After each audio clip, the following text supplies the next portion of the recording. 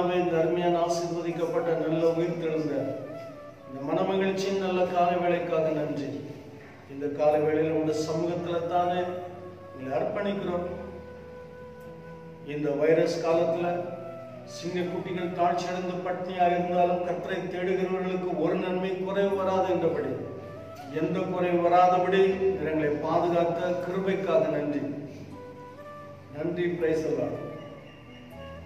தேசத்தில் தத்தளிப்பார் இல்லாமல் சுகமாய் படுத்துக் கொள்வீர்கள் என்று சொன்னீங்க. ஜனங்களுடைய வாழ்க்கையில நீர் சுகமான நித்திரையையும் பிரயாணங்களையும் தந்த கிருபைகளுக்காய் நன்றி செலுத்துகிறோம். தொடர்ந்து காத்துக்கொள்ளுங்க. இவைகளிலிருந்து எங்களுக்கு ஒரு பெரிய விடுதலை தாங்க. தேசம் வைரஸால் நிறைந்திருக்கிறது நாங்க பார்க்கிறோம். நீர் ஒரே ஒரு வார்த்தை நாங்கள் விடுதலையாக்குமால் போடும். வெட்டி கிளிகளுடைய சேனைகள் அல்லவா, அவைகளை பரிசுத்த ஆவியானவர் கொண்டு போய் சமுத்திரத்துல போடுவீராக. இந்த வார்த்தையை கேட்கக்கூடிய மக்கள் ஆசீர்வதிக்கப்படுவார்களா? எங்களை மறைத்து நடத்தும் இயேசுவின் நாமத்தில் பிதாவே, ஆமென். தேவனுடைய செய்திக்காக கடந்து போலாம். மார்க் எழுதின சுவிசேஷம் 6ஆம் அதிகாரம் 34, 35, 36. இயேசு கரையில் வந்து அநேக ஜனங்களை கண்டு அவர்கள் மேய்ப்பர்கள் இல்லாத ஆடுகளைப் போலிராத கொண்டார். அவர்கள் மேல் மனதுருகி அநேக காரியங்களை அவர்களுக்கு உபதேசிக்க தொடங்கினார். வெகு நேரம் சென்ற பின்பு அவருடைய சீஷர்கள் அவரிடத்தில் வந்து, இது வனாந்திரமான இடம், வெகு நேரம் ஆயிற்று, புசிக்கிறதற்கும் இவர்களிடத்தில் ஒன்றும் இல்லை. ஆகையால் இவர்களை சுற்றி இருக்கிற கிராமங்களுக்கும் ஊர்களுக்கும் போய் தங்களுக்காக அப்பங்களை வாங்கிக் கொள்ளும்படி இவர்களை அனுப்பிவிட வேண்டும் என்றார்கள். அவர்கள் அவர்களை நோக்கி, நீங்களே அவர்களுக்கு போஜனம் கொடுங்கள் என்றார். அதற்கு அவர்கள், நாங்கள் போய் 200 பணத்துக்கு அப்பங்களை வாங்கி இவர்களுக்கு புசிக்கும்படி கொடுக்க கூடுமோ என்றார்கள். அதற்கு அவர், உங்களிடத்தில் எத்தனை அப்பங்கள் உண்டு, போய் பாருங்கள் என்றார். உங்களிடத்தில் எத்தனை அப்பங்கள் உண்டு, போய் பாருங்கள் என்றார். அவர்கள் பார்த்து வந்து 5 அப்பங்களும் 2 மீன்களும் உண்டு என்றார்கள். போதும். ஆண்டவருக்கு மகிமை உண்டாகட்டும். இந்த செய்தியை நம்ம பல நேரத்துல நாம கேட்டிருப்போம், இல்லைன்னா படிச்சிருப்போம். இயேசு கிறிஸ்து ஒரு இடத்துல பிரசங்கம் பண்றாரு. பிரசங்கம் பண்ணி முடிச்சாச்சுன்னா, பிரசங்கம் பண்ணி முடிக்கும் போது வெகு நேரம் ஆகி போயிட்டு என்று ஆண்டவரே சொல்றாரு. வெகு நேரம் ஆனதுனால அவர்களுக்கு நீங்கள் ஆகாரம் கொடுக்க வேண்டும் என்று சீசர்களை பார்த்து சொல்றாங்க. அப்ப சீசர்கள் அதுக்கு என்ன சொல்றாங்கன்னா, இது வனாந்தரமான இடம், அதாவது இடம் சரியில்லை, இந்த இடத்துல நம்ம ஒன்று செய்ய முடியாது என்று சொல்லி முதலாவது இடத்தை குறித்து அவர்கள் யோசிக்கிறார்கள். வனாந்தரத்துல விருந்து வைக்க முடியாது, வனாந்தரத்துல எந்த ஒரு டின்னரும் நடத்த முடியாது. அதனாலதான் சீசர்கள் சொல்றாங்க இது வனாந்தரமான இடம். ஆனால் அவங்க யோசிக்க மறந்தாங்க. இயேசு கிறிஸ்து வனாந்தரமான ஒரு இடத்துக்கு போய் 40 நாள் உபவாசம் பண்ணி வனாந்தரத்தை ஜெயிச்சுட்டு வந்தவர் வனாந்தரத்தில் இருக்கிறார் என்பதை அவர்கள் மறந்து விட்டார்கள். ஒன்றை தெரிந்து கொள்ளுங்க, இந்த வருஷத்துல எப்படியாக வாக்குத்தத்த செய்தி ஒன்று உங்களுக்கு சொன்னேன். வனாந்தரமும் வறண்ட நிலமும் கடுவழி கழித்து லீலி புஷ்பத்தை போல மலரும். ஆகிய முதலாவது அவர்கள் பார்க்கக்கூடிய பார்வை வனாந்தர பார்வை பார்க்கிறாங்க. நம்முடைய வாழ்க்கையில அநேக நேரத்துல நம்ம இப்படிதான் சொல்றோம், நம்ம இருக்கக்கூடிய இடம் சரியில்லை, இது சரியில்லாத இடம், இந்த இடத்தை விட்டு வேற பக்கம் போகணும், இந்த ஊரை விட்டு வேற பக்கம் போயிடணும், இப்படி என்று சொல்லி நாம் அநேக நேரத்துல நாம் இருக்கக்கூடிய இடத்தை பார்த்து பயப்படுகிறோம். ஆனால் நீ எந்த இடத்தில் இருந்தாலும் இயேசு கிறிஸ்து உன்னோடு கூட இருக்கிறார் என்பதை நீங்கள் அறிந்து கொள்ள வேண்டும். எனவே சீசர்கள் அப்படி இடத்தை குறித்து அப்படியே பயப்படுறாங்க. நீங்க இருக்கக்கூடிய இடத்தை குறித்து நம்ம என்ன செய்யக்கூடாது, பயப்படவே கூடாது. எந்த இடத்திலும் அவர் அற்புதத்தை செய்ய உண்மையுள்ளவர். ஏசாயா 35ஆம் அதிகாரத்துல வனாந்தரம் வறண்ட நிலத்தை குறித்து அருமையாக சொல்லியிருக்கு. இந்த 1ஆம் தேதி உங்களுக்கு பிரசங்கம் பண்ணி இருக்கிறேன்.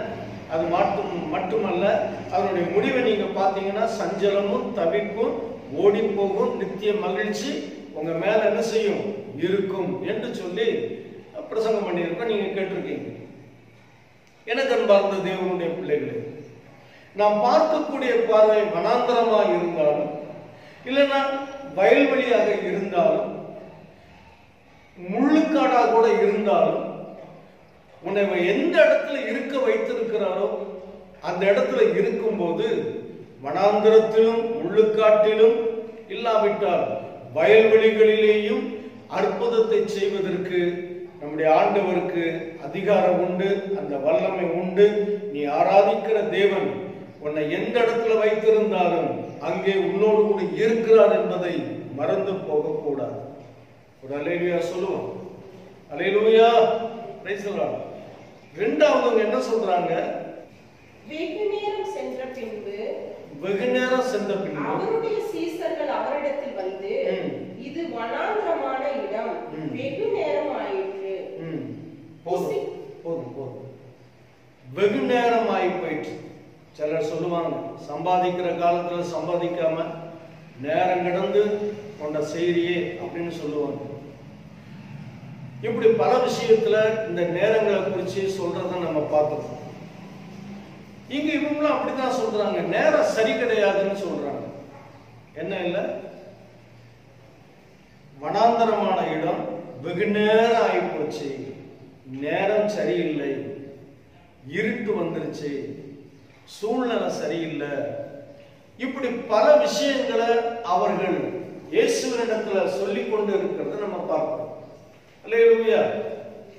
இன்னைக்கு நிறைய பேர் கிராமங்கள் எல்லாம் பாத்தீங்கன்னாக்க கொஞ்சம் கஷ்டம் வந்துட்டு இல்லைன்னா ஏதாவது ஒரு பிரச்சனை வந்துருச்சுன்னா அவங்களுடைய பழைய காலத்து அந்த ஜோசிய டாக்குமெண்ட் எல்லாம் எடுத்துக்கிட்டு அவங்ககிட்ட வருவாங்க. அவன் சொல்லுவான், அவனுக்கு நேரம் சரியில்லைன்னு சொல்லி. இந்த சீசர்கள் சொல்றாங்கல்ல, சீசர்கள் அதான் சொல்றாங்க, நேரம் சரியில்லைங்க, வெகு நேரம் ஆகி போயிடுச்சு, நம்ம ஒண்ணுமே செய்ய முடியாது, இருள் சூழ்ந்துருச்சு அப்படின்னு சொல்லி. ஆனா ஆண்டவர் சொல்லி இருக்கிறார், உலகத்துக்கு என்னவா இருக்கிறேன்?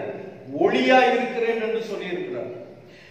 உலகத்துக்கே ஒளியா இருக்கிறவர் அந்த இடத்தை அவரால் என்ன செய்ய முடியும்? ஆசீர்வதிக்க முடியும், அவர் வெளிச்சத்தை தர முடியும். அல்லேலூயா, பிரைஸ் தி லார்ட். எனக்கு அன்பார்ந்த தேவனுடைய பிள்ளைகளே, இந்த மாதிரி தான் விசுவாசிகள் கூட சில நேரத்துல என்ன பண்றாங்கன்னா, நேரம் சரியில்லை. இப்ப நம்மள எடுத்துக்கோங்களேன், இப்போ ஒரு 3 மாசமா நமக்கும் என்ன இல்லை, நேரம் சரியில்லை. நமக்கு கூட நேரம் சரியில்லாம தான் இருக்கு. ஏன்னா நிறைய பிரச்சனைகளை நம்ம சந்திக்கிறோம், பார்க்கிறோம், கொள்றோம். இந்த 3 மாத காலம் முழுவதும் நேரம் சரியில்லாம இருந்தாலும் நேரத்தையும் சமயத்தையும் உண்டு பண்ணினவர் உங்களோடு கூட இருந்தபடியினால், நம்மோடு கூட இருந்தபடியினால் எந்த குறையும் வராதபடி மற்ற நாட்களை காட்டிலும் உங்களை மிகவும் சிறப்பாக ஆசீர்வாதமாய் செழிப்பாய் வைத்திருப்பது உண்மை அல்லவா? சீசன்கள் சொல்றாங்க, நேரம் சரியில்லை, ரொம்ப டைம் ஓவர், ஒன்றும் பண்ண முடியாது, அதனால இவங்களெல்லாம் என்ன செய்யுங்க, ஊருக்குள்ள அனுப்பிடுங்க அப்படிங்க. அதுக்கு ஆண்டவர் என்ன சொன்னார் தெரியுமா? நீங்களே உங்களுக்கு ஆகாரம் கொடுங்க. என்ன சொன்னாரு? நீங்களே உங்களுக்கு ஆகாரம் கொடுங்க. 36ஆம் வசனம் வாசிக்கலாம். புசிப்பதற்கு இவர்களிடத்தில் ஒன்றும் இல்லை, புசிப்பதற்கு ஒன்றும் கிடையாது.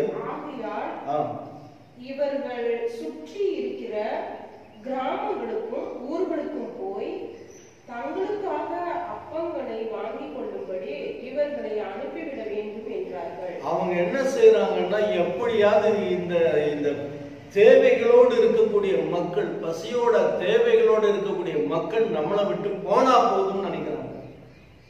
அதனாலதான் அவங்க ஊருக்குள்ள அனுப்பி விட்டுறலாம் அப்படின்னு.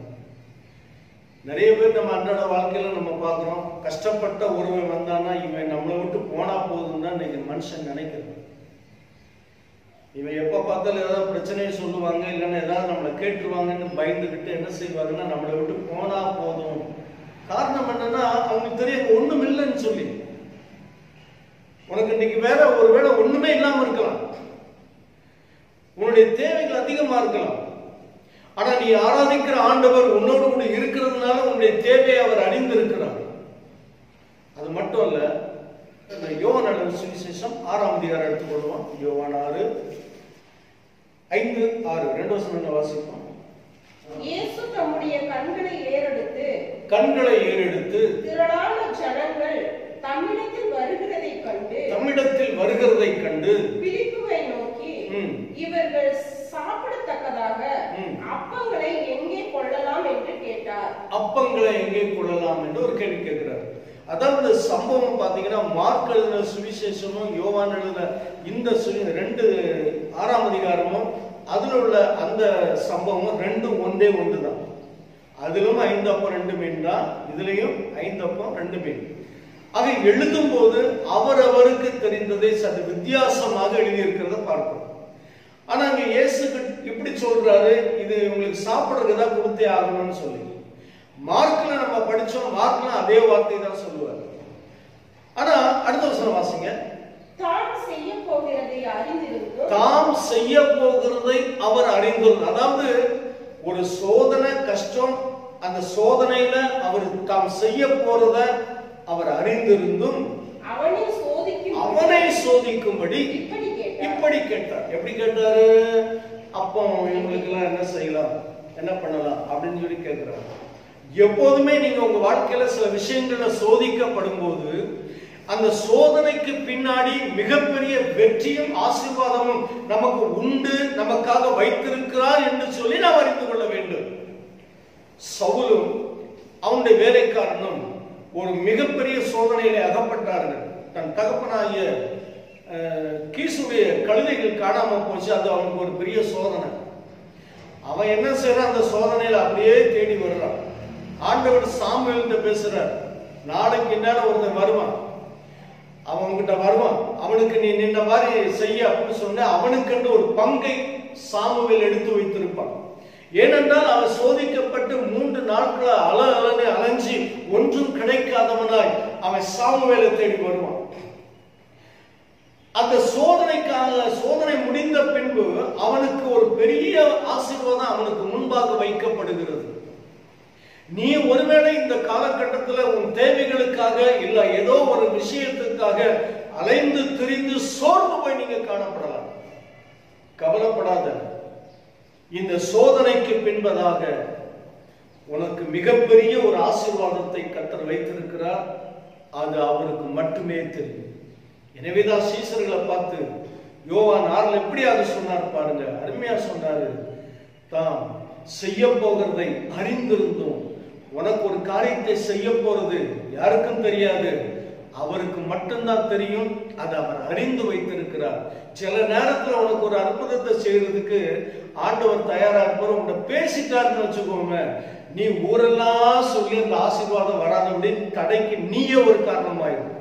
எனவேதான் ஆண்டவர் சில நேரத்துல சொல்றதே கிடையாது, அமைதியா இருப்பாரு. அந்த வேலை வரும்போது மிகப்பெரிய அற்புதத்தை செய்வார். அவனை சோதிக்கும்படி இப்படியாக கேட்டார். நீ வாழ்க்கையில பல சோதனைகளை சகித்திருக்க கூடும், பல சோதனைகளை நீ சந்தித்திருக்க கூடும். யாக்கோபு எழுதின நிருபத்துல 1ஆம் அதிகாரத்துல இப்படியாக வாசிக்கிறோம். சோதனையை சகிக்கிற மனுஷன் பாக்கியவான், அவன் உத்தமன் என்று அறிந்த பின்பு என்ன செய்வாரு? தான் வாக்குத்தத்தம் பண்ணின ஜீவ கிரீடத்தை அவனுக்கு தந்துருவார். சோதனை காலம் மனுஷனுடைய வாழ்க்கையில வரும். இந்த 3 மாத காலமாக பல சோதனைகளை ஜனங்களாகி நீங்க சந்திச்சிருப்பீங்க. ஊழியத்துல நாங்க சந்திச்சிருக்கிறோம். ஆனா இந்த சோதனைக்கு பின்பு நாம் எல்லோருமே ஆசீர்வதிக்கப்பட்டவர்களா இருப்போம். அல்லேலூயா. அப்போ அங்க எங்க கிட்ட ஒரு 5 அப்பம் 2 மீன் தான் இருக்குன்னு மார்க்ல சொல்லப்பட்டிருக்கு. ஆனா யோவான் 6ஆம் அதிகாரத்துல எப்படி சொல்றாரு பாருங்க. 9ஆம் வசனம் வாசிங்க. இங்கே ஒரு பையன் இருக்கிறான். அவன் கையில் 5 வாற்கோதுமை அப்பங்களும் 2 மீன்களும் உண்டு. 2 மீன்களும் உண்டு. ஆனாலும் அவைகள் இத்தனை ஜனங்களுக்கு எம்மாத்திரம் என்றான். அல்லேலூயா சொல்லுவோமா? அல்லேலூயா. நீங்க மார்க் எழுதின சுவிசேஷத்துல பாத்தீங்கன்னா இந்த அப்பத்தை குறிச்சு அங்க கொஞ்சம் வித்தியாசமா இருக்கும்.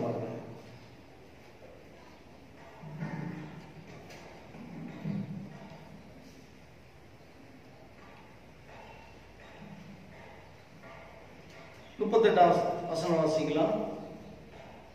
அதுக்கு அவர், உங்களிடத்தில் எத்தனை அப்பங்கள் உண்டு, போய் பாருங்கள் என்றார். அவர்கள் பார்த்து வந்து 5 அப்பங்களும் அப்பத்துல ரெண்டு விதம் இருக்குது. ஒன்று வார்கோதுமை அப்பம் என்று சொல்லப்பட்டிருக்கு, இன்னொன்று சாதாரண அப்பம். இந்த வார்கோதுமை அப்பம் என்பது யார் சாப்பிடுவா தெரியுமா? செல்வந்தர்கள் சாப்பிடக்கூடியது. உதாரணத்துக்கு நீங்க ரூத்தின் சரித்திரத்தை எடுத்துக்கொள்வீர்களே ஆனால் அந்த ரூத்தின் சரித்திரத்துல இப்படியாக சொல்லப்பட்டிருக்கு, போவாஸ் வார்கோதுமை அப்பத்தை எடுத்து சாப்பிடும் போது ரூத்தை அழைத்து எடுத்து கையில கொடுப்பாங்க. செல்வந்தர்கள், பணக்காரர்கள், உயர்ந்த நிலையில் இருக்கக்கூடியவர்கள் சாப்பிடக்கூடியது வார்கோதுமை அப்பம். சாதாரண மக்கள், அன்றாட மக்கள் வாங்கி சாப்பிடுவது வெறும் அப்பம். அல்லேலூயா. இப்ப நீங்க கடைக்கு போனீங்கன்னா மசால் டீ இருக்கும், சாதா டீ இருக்கும். ஸ்பெஷல் டீ என்னன்னா அஸ்கா சக்கரை போட்டா ஸ்பெஷல் டீ. சாதா டீன்னு சொன்னாக்க கரும்பு சர்க்கரையை கரைச்சி பாவம் எடுத்து அதை வச்சிருப்பாங்க, சாதா டீ. ஆனா இன்னைக்கு நிலவரம் என்ன தெரியுமா? அஸ்கா சக்கரை டீ வந்து சாதா டீயா போயிட்டு கரும்பு சக்கரை டீ வந்து உயர்ந்த டீயா மாறி போச்சு. ஆகையா கோதுமையில கூட அப்படி அப்ப குவாலிட்டி குறைந்ததாக வச்சிருக்கலாம். ஆனால் யோவான் எழுதின சுவிசேஷத்துல உயர்ந்த அப்பம் என்று சொல்லப்பட்டிருக்கு, வார்கோதுமை அப்பம். எந்த அப்பமா இருந்தாலும் ஜீவ அப்பம் என்று சொன்னவர் அங்கே காணப்படுகிறார். அல்லேலூயா. சோ இப்ப முதலாவது என்னன்னா, அவங்க கிட்ட இருக்கிற வரைக்கும் எந்த அற்புதமும் நடக்கல. அவங்க கிட்ட இருக்கிற வரைக்கும் எந்த அற்புதமும் நடக்கல. அவங்க கிட்ட இருக்கிறத இயேசு கிட்ட கொடுக்குறாங்க. முதலாவது என்ன பண்றாங்க? அந்த பையன் சீசர்கிட்ட கொடுக்குறாங்க. சீசர்கள் என்ன பண்றாங்க? அதை வாங்கி ஆண்டவர்கிட்ட கொடுக்குறாங்க. இதை நல்லா கவனிக்கணும்.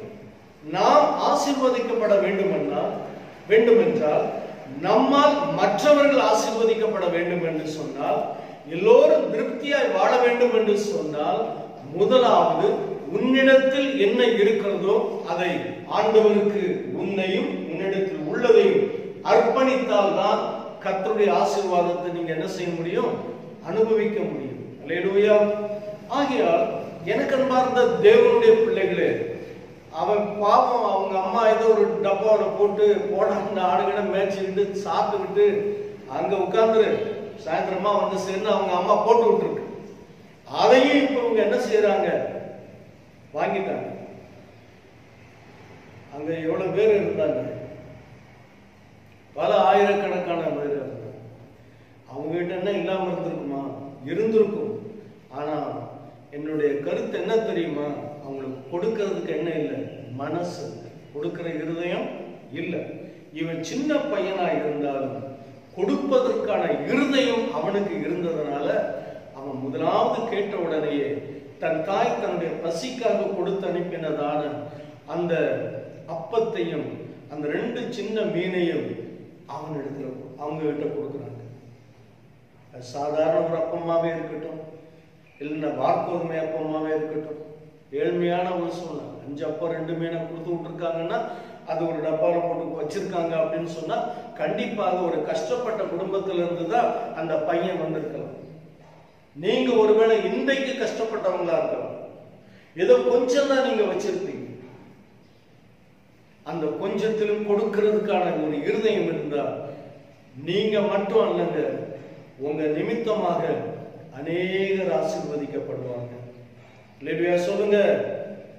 அங்க அந்த ரெண்டையும் அந்த 5 அப்பத்தையும் கொண்டு வந்து அவன் கையிலிருந்து சீசர்களுக்கு வருது, சீசர்கள் கையிலிருந்து ஆண்டவருக்கு போகுது. ஆண்டவர் அதை வாங்கி ஆசீர்வதித்து அது என்ன செய்யறாரு தெரியுமா? பித்து. வாசிக்கலாம். இயேசு அந்த அப்பங்களை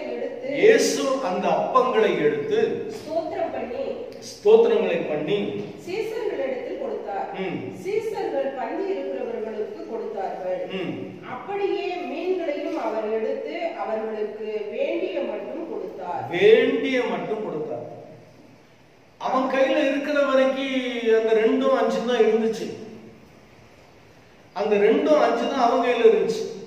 ஆனா அவன் கையில இருந்து எப்ப இயேசுவின் கைக்கு வந்துச்சோ, இயேசுவின் கைக்கு வந்த உடனேயே அவர் என்ன செய்தாரு? 5000 பேரை போஷித்தாரு. சாப்பிட்டு மீதியான 12 கூடை நிறைய எடுத்தாரு. இல்லையா? சொல்லுங்க. எத்தனை கூட நிறைய எடுத்தாங்க? 12 கூட நிறையாக அவர்கள் எடுத்தார்கள் என்று சொல்லப்படும். சரி, இப்ப இது எங்கிருந்து வந்திருக்கும்? 5 அப்பம் 2 மீன். இப்போ இது சாப்பிட்டு திருப்தி அடைஞ்சாங்கன்னு சொல்லி ரொம்ப தெளிவா நம்ம பார்த்தோம். இது எங்கிருந்து வந்திருக்கும் நீங்க நினைக்கிறீங்க? நல்லா தெரிஞ்சுக்கோங்க. யோவான் 6ஆம் அதிகாரத்துல 48, 49, 50. ஜீவ அப்பம் நானே, ஜீவ அப்பம் நானே, உங்கள் பிதாக்கள் வனாந்திரத்திலே மன்னாவை புசித்து, உங்கள் பிதாக்கள் வனாந்திரத்துல மன்னாவை புசித்திருந்தும் மரித்தார்கள். இதிலே புசிக்கிறவன் மரியாமல் இருக்கும், இதிலே புசிக்கிறவன் மரியாமல் இருக்கும்படி வானத்தில் இருந்து இறங்கின அப்பம் இதுவே. அப்போ யோவான் 6ஆம் அதிகாரத்திலையும் மார்க்கு எழுதின சுவிசேஷ 6ஆம் அதிகாரத்திலும் சொல்லப்பட்ட அந்த அற்புதத்துல பார்க்கும்போது இந்த அப்பம் எங்கிருந்து வந்திருக்குது? எங்கிருந்து வந்திருக்கு? வானத்திலிருந்து வந்திருக்கு. வானத்திலிருந்து வந்த தேவனுடைய குமாரன். கீழே படிச்சீங்கன்னா, நானே வானத்தில் இருந்து இறங்கின ஜீவ அப்பம், இந்த அப்பத்தை புசிக்கிறவன் என்றென்றைக்கும் பிழைப்பான். நான் கொடுக்கும் அப்பம் உலகத்தின் ஜீவனுக்காக நான் கொடுக்கும் என் மாம்சமே என்றார். போதும். அப்போ 5 அப்பம் 2 மீன் மிகப்பெரிய அற்புதத்தை செய்தது உண்மையானால் அது எங்கிருந்து வந்திருக்கு என்று நீங்க நல்லா பார்க்கணும். அவருக்குள் மறைந்திருந்த அந்த தேவனுடைய வார்த்தையே அப்பமாக மாற்றப்பட்டு ஜனங்களுக்கு வேண்டிய மட்டும் அவர் கொடுத்து கொண்டே இருந்தார். எங்கும் சீஷர்கள் மறைத்து வைக்கல, இயேசுவும் எந்த ஒரு இடத்துல மறைச்சு வைக்கல. அவர் ஜீவ அப்பம் நானே என்று சொன்னவர் அந்த வார்த்தையின்படி தனக்குள் மறைந்திருந்த அந்த மகிமையான அற்புதத்தை ஜனங்களுக்கு கொடுக்கும்படி தன்னையே ஜீவ அப்பமாக மக்களுக்கு கொடுத்தாங்க. சாப்பிட்டு திருப்தி அடைந்தார்கள் சொல்லப்பட்டு. ஆண்டவர் ரொம்ப விரும்பி சாப்பிடுற உணவு எது தெரியுமா? மீன். சீசர்கள் கூட போய் கடலுக்கு மீன் பிடிக்க போயிடுவாங்க. யோவான் சுவிசேஷத்துல இது இருக்கு, கடைசி பகுதியில் படிக்கலாம். அங்க அவங்க ஒன்றும் சாப்பிட்றதுக்கு இல்லைன்னு சொன்னோன்னே இயேசு என்ன பண்ணுவாருன்னா அந்த மீனை எடுத்து அழகா சுட்டு அருமையா வச்சிருப்பாரு, அவர்களுக்கு கொடுப்பார். ஆக 5 அப்பம் 2 மீன் அவருடைய கரத்திலிருந்து அவருக்குள் மறைந்திருந்ததான அந்த மகிமையான வெளிப்பாடின் படிதான் ஆண்டவர் என்ன செய்யறாரு? அற்புதத்தை செய்வார். இன்றைக்கு உன்னுடைய வாழ்க்கையில ஒன்றும் இல்லாம இருக்கலாம், ரொம்ப கஷ்டத்துல இருக்கலாம், பாடுகள் உபத்திரவத்தின் மத்தியில நீ காணப்படலாம். 3 நாட்களாக 3 மாதமாக இல்லாவிட்டால் 3 வருஷமாக நான் இயேசுவை நம்பி அவருடைய பாதத்திலே நான் அமர்ந்திருக்கிறேன், இன்னும் எனக்கு அற்புதம் நடக்கவில்லையே என்று சொல்லி ஏக்கத்தோடு கூட இருக்க வேண்டாம். உனக்காக அவர் பரிதபிக்கிறவர், உனக்கு அற்புதத்தை செய்ய அவர் உண்மை உள்ளவர். யோவான் மார்க்கு எழுதின சுவிசேஷம் 8ஆம் அதிகாரம் 2ஆம் வசனம். ஜனங்களுக்காக பரிதபிக்கிறேன், இவர்கள் இப்பொழுது என்னிடத்தில் தங்கி இருந்த 3 நாளாய் சாப்பிட ஒன்றும் இல்லாது. சாப்பிடுறதுக்கு ஒண்ணுமே கிடையாது. எத்தனை நாளா? 3 நாட்களாய். நீ ஒருவேளை 3 நாட்களா ஒன்றும் இல்லாதவனா இருக்கக்கூடும். இல்லாவிட்டால் லாக்டவுன் துவங்கி 3 மாதமாக வறுமையிலும் தரித்திரத்திலும் கஷ்டத்திலும் நீ காணப்படலாம். உனக்காக உன் அண்ணன், உன் தம்பி, உன் பெற்றோர், உன்னுடைய உற்றார் உறவினர் யாருமே பரிதாபப்படல. ஆனால் என் ஆண்டவர் உன்னை பார்த்து உனக்காக பரிதாபப்படுகிறார். ஏன் தெரியுமா? இந்த 3 நாட்களாய் அவரை விட்டு நீ விலகவே இல்லை. இந்த 3 மாதங்களாய் 3 வருஷங்களாய் அவரை விட்டு விலகாதபடி அவரே கதியின்றி இருந்தபடியினால் உனக்காக அவர் பரிதபிக்கிற தேவன் அவர். ஜனங்களுக்காக நான் பரிதபிக்கிறேன். 3 நாட்களாய் ஒன்றும் இல்லாமல் இருக்காங்க. உன் தேவைகளை ஏற்கனவே நான் சொல்லி இருக்கிறேன். எல்லாரும் உன்னை அறிஞ்சுக்கிட மாட்டாங்க. ஆனா உனக்கு என்ன தேவை என்பதை உன் ஆண்டவர் அறிந்திருக்கிறார்.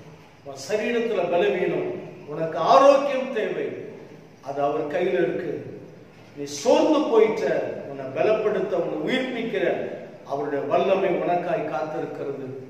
நீ 3 நாட்களாய் 3 மாதங்களாய் இயேசுவே போதும் என்று அந்த வார்த்தையை நம்பி அவருக்காய் நீ இருந்தபடியினால் உன்னுடைய வாழ்க்கையில் இந்த சோதனைக்கு பின்பு மிகப்பெரிய வெற்றியை என் ஆண்டவர் உங்களுக்காக செய்திருக்கிறார். அவர் உண்மை உள்ள கர்த்தர். அந்த 8ஆம் அதிகாரத்துல 3ஆம் வசனம் வாசிங்க.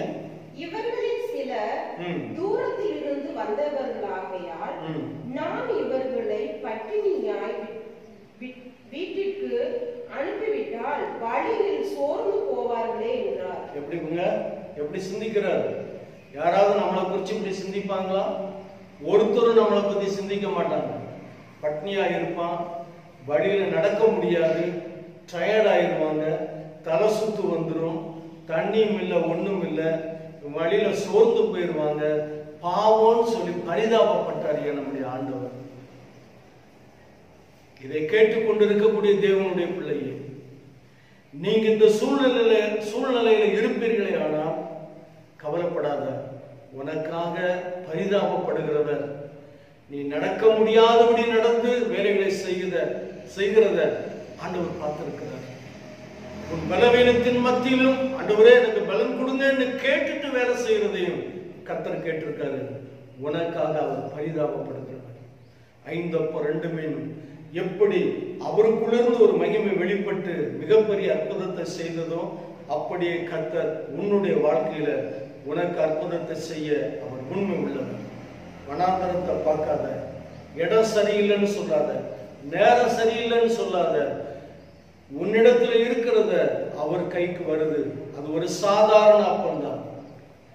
ஆனால் அது சாதாரண அப்பம் இயேசுவின் கைக்கு வந்த போது வார்கோதுமை அப்பங்களாய் மாற்றப்பட்டு ஆண்டவர் ஜனங்களை போஷித்தார். அற்புதத்தை பெற்றுக்கிட்டாங்க. 12 கூட நிறைய எடுத்தாங்க. அந்த 5 அப்பம் 2 மீன் கொடுத்ததான அந்த தம்பிய அவர்கள் சும்மா விடவில்லை. மாறாக அவனுக்கு தேவையானதெல்லாம் கொடுத்துட்டு ஆண்டவர் இப்படி சொல்லுவாரு, ஒன்றும் சேதமாகாதபடிக்கு சேர்த்து வையுங்கள் என்று சொல்லுவார். தேவன் உன்னை ஆசீர்வதிக்கிற காலம் வந்து விட்டது. நீ சாப்பிட்டு திருப்தி அடைந்து சேமித்து வைக்கும் காலமும் வருகிறது. சேமித்து வைக்க முடியவில்லையே என்று நீ ஏக்கத்தோடு கூட இருப்பாயானால், என்னால் எதுவுமே சேமிக்க முடியவில்லை, எனக்கு பிள்ளைகள் இருக்கார்கள், பெண் பிள்ளைகள் இருக்கிறார்கள், படிப்புக்கு சேமிக்க முடியல, அவருடைய எதிர்காலத்துக்கு சேமிக்க முடியல, கல்யாணத்துக்கு சேமிக்க முடியல, ஐயோ நான் என்ன செய்வேன் என்று சொல்லி யோசிக்காத. இதோ இந்த சோதனைக்கு பின்பதாக கர்த்தர் உனக்கு மிகப்பெரிய அற்புதத்தை வச்சிருக்கிறாரு. அது என்னவென்றால், சேதமாகாதபடிக்கு மீதியானதை சேர்த்து வையுங்கள் என்று கர்த்தர் சொல்லுகிறார். Price the Lord. ஒன்றுக்கும் கவலைப்பட வேண்டாம். மார்க்லையும் யோவான்லையும் நம்ம வாசித்த அந்த தேவனுடைய வார்த்தையானது உன்னுடைய வாழ்க்கையில அப்படியே நிறைவேறும். கர்த்தர் நம்மை ஆசீர்வதிப்பாராக. கண்களை மூடி நாம் ஜெபம் பண்ணுவோம். எங்களை நேசிக்கிற நல்ல பிதாவே, இந்த வேலைக்காக நன்றி. இந்த வேளையில நாங்கள் உங்களுடைய வார்த்தையை நாங்கள் தியானித்தோம். நாங்க பார்த்த விஷயங்கள், நாங்க வனாந்தரத்தை பார்க்க கூடாது. வனாந்தரத்திலும் நீர் எங்களோடு கூட இருக்கிறீர். வனாந்தரத்திலும் நாங்க இருக்கிற இடத்துல அற்புதத்தை செய்ய உம்மால் முடியும் ஆண்டவரே. நேரம் எவ்வளவுதான் கடந்தால் நேரத்தை பார்க்காதபடிக்கு எங்க வாழ்க்கையில அற்புதங்களை செய்கிறவரே நாங்கள் உண்மை ஸ்தோத்தரிக்கிறோம். நாங்கள் எங்களிடத்தில் உள்ளத அந்த கொஞ்சத்தை உம்முடைய சமூகத்துல வைக்கிறோம். நீர் அதை ஆசீர்வதித்து உமக்குள் இருக்கக்கூடிய மகிமையான அற்புதத்தை வெளிப்படுத்துங்க. எங்களை சோதிக்கும்படி பிரச்சனைகள் அநேக எங்களிடத்துல வந்தாலும் அந்த சோதனைக்கு பின்னாடி மிகப்பெரிய வெற்றியை நாங்கள் பார்க்க போற கிருபைகளுக்கு நன்றி. இந்த வார்த்தையை கேட்கிற ஒவ்வொருவரும் ஆசீர்வதிக்கப்படுவார்களாக. 30, 60, 100 பலனை கொண்டு வரட்டும். இயேசுவின் நாமத்தில் ஜெபங்களும் நல்ல பிதாவே. என் ஆத்துமாவே கர்த்தரை ஸ்தோத்திரி, என் முழு உள்ளமே அவருடைய பரிசுத்த நாமத்தை ஸ்தோத்திரி. என் ஆத்துமாவே கர்த்தரை ஸ்தோத்திரி, அவர் செய்த சகல உபகாரங்களை மறவாதே. ஆமென். நம்முடைய கர்த்தராகிய இயேசு கிறிஸ்துவின் கிருபையும் பிதாவாகிய தேவனுடைய அன்பும் பரிசுத்த ஆவியாருடைய அந்யோன்ய ஐக்கியமும் இன்று என்றும் நம்முடைய நம்முடைய கர்த்தராகிய இயேசு கிறிஸ்து இரண்டாவதாக பரியந்தம் நம் அனைவரோடு கூட தங்கி இருக்கிறார். அல்லேலூயா. Praise the Lord.